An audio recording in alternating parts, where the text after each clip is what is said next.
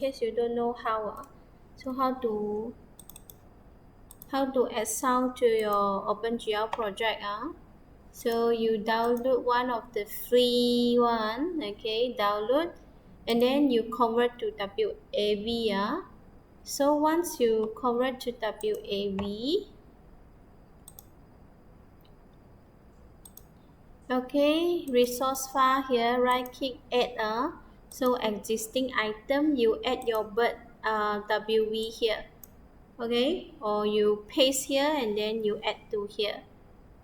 So once you add to here, you add this first coding here, this coding, this which is this one, okay, and add this one window.h, and then add this one. So this is what is your file name lah. For here mine is bird, so bird.wav. Okay.